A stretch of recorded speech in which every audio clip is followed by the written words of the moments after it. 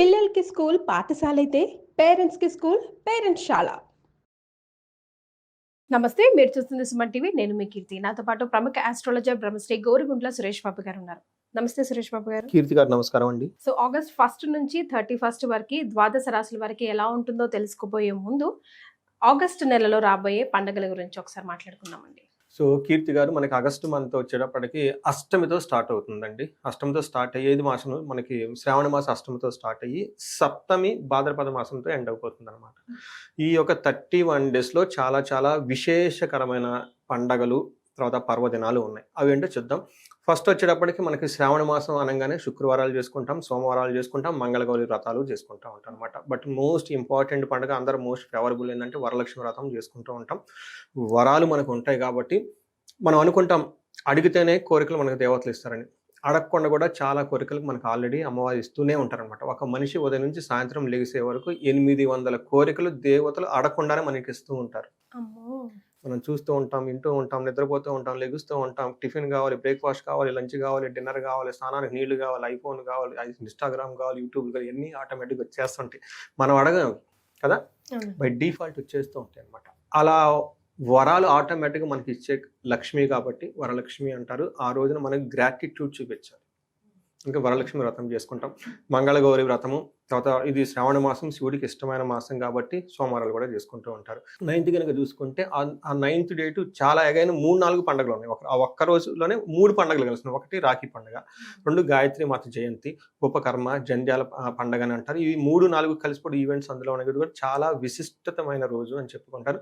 పర్టికులర్గా వేదాభ్యాసం చేసేవాళ్ళు, ఆధ్యాత్మికత ఉన్నవాళ్ళు, ఈ శ్లోకాలు, జ్ఞానము, తర్వాత రహస్యాలు ఇవన్నీ తెలుసుకోవాలనుకుంటే అది చాలా చాలా జంధ్యాలు మార్చుకుంటారు, జన్యు మార్చుకుంటారు ఆ రోజు.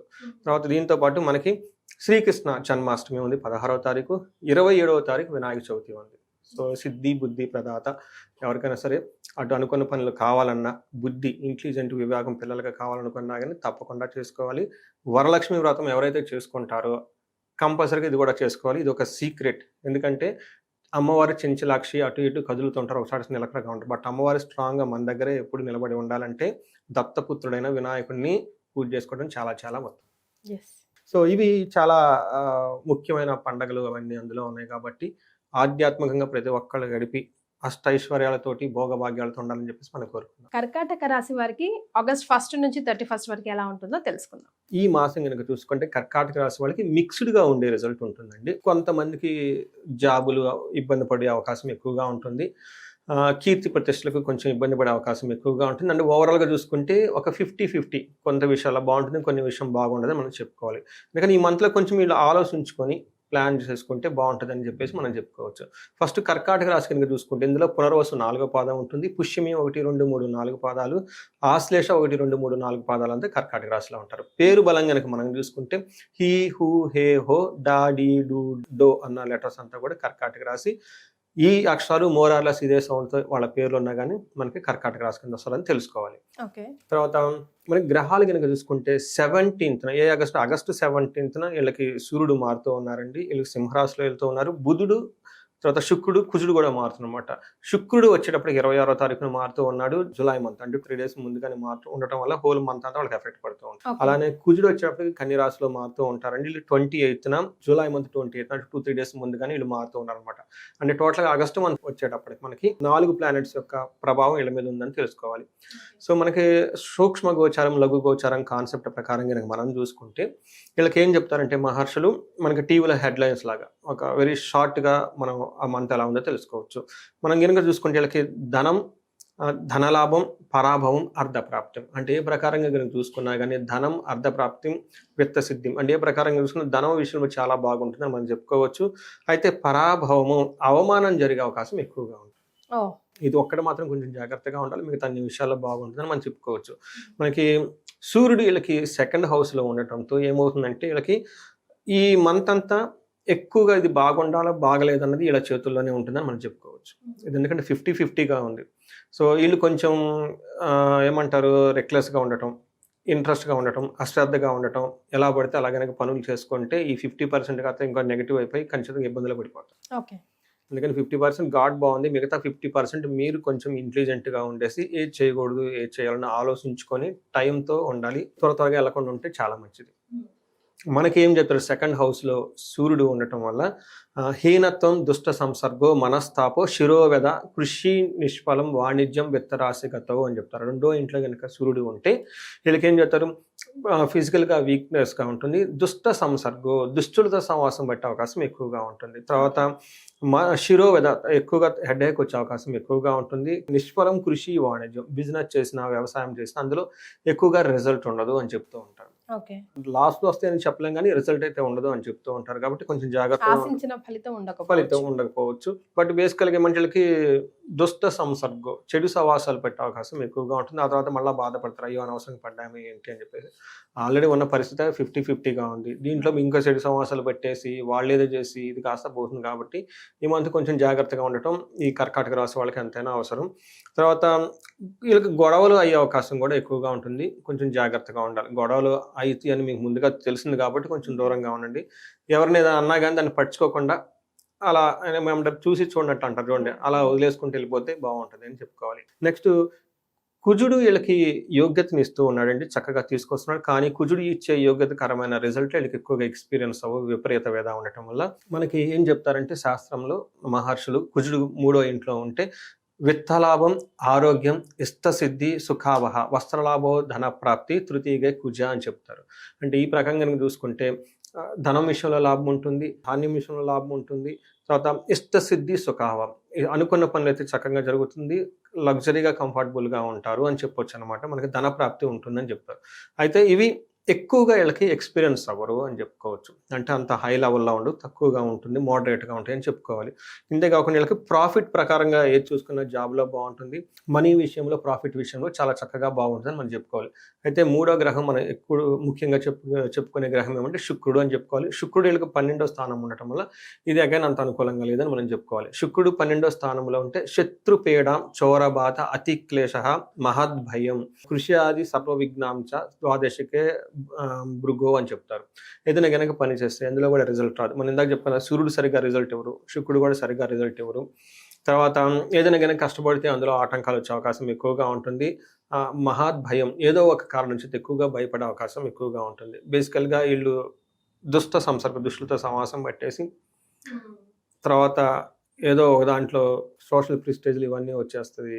దాంతో భయంగా ఉండేసి మళ్ళీ బాధపడుతూ ఉండటం, అయ్యో తప్పు చేసాము, ఈ టైప్ సిచ్యువేషన్స్ వచ్చే అవకాశం ఎక్కువగా ఉంది. కాబట్టి కొంచెం కేర్ఫుల్గా ఉంటుంది. సో ఇది మనం సీక్రెట్ ఆల్రెడీ ముందుగా చెప్పాం కాబట్టి మిగతా అన్ని విషయాల్లో బాగుంది. కాబట్టి ఆ విషయాల్లో కొంచెం జాగ్రత్తగా ఉంటే మిగతా విషయాల్లో బాగుంటుంది. రైట్. మరి నక్షత్రాల ప్రకారం కర్కాటక రాశి వరకు ఎలా ఉంటుందండి? సో నక్షత్ర ప్రకారం కనుక చూసుకుంటే వీళ్ళకి మిక్స్డ్గా ఉందని చెప్పుకోవాలి. ఫస్ట్ ఇందులో పునర్వసు, పుష్యమి, ఆశ్లేష 3 నక్షత్రాలు ఇందులో ఉంటాయి. పునర్వసు వాళ్ళకి కనుక చూసుకుంటే ఐశ్వర్యవంతంగా ఉంటుంది, సంపదలు, ధనలాభం ఉంటుంది, మృష్టాన్నం అంటే చక్కగా ఫుడ్ అంతా తింటూ ఉంటారు.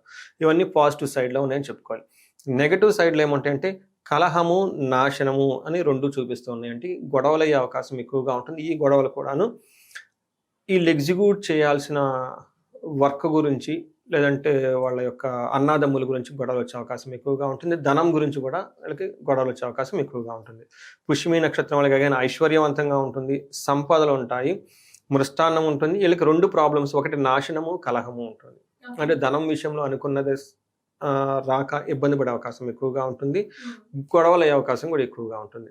తర్వాత ఆశ్లేష నక్షత్రం వాళ్ళకి ఐశ్వర్యం ఉంటుంది, సంపదలు ఉంటాయి. అయితే వీళ్ళకి ఛాలెంజెస్ కలహము, నాశనము అని 2 చూపిస్తుంది. కాబట్టి ఎక్కడో వాళ్ళకి గొడవలు అయ్యే అవకాశం ఎక్కువగా ఉంటుంది. అనుకున్న పని కాక ఆ పని రిజల్ట్ రాక ఇబ్బంది పడే అవకాశం ఎక్కువగా ఉంటుంది. నాశనం అనేది చూపిస్తూ ఉంటుంది. కాబట్టి వీరికి ఇంతవరకే ఉన్నాయి. కాబట్టి మిగతా వేరే లత్త అవి ఏమీ లేవు. చాలా స్ట్రైట్ ఫార్వర్డ్గా ఒక ముక్కలో చెప్పాలంటే 50-50గా ఉంది.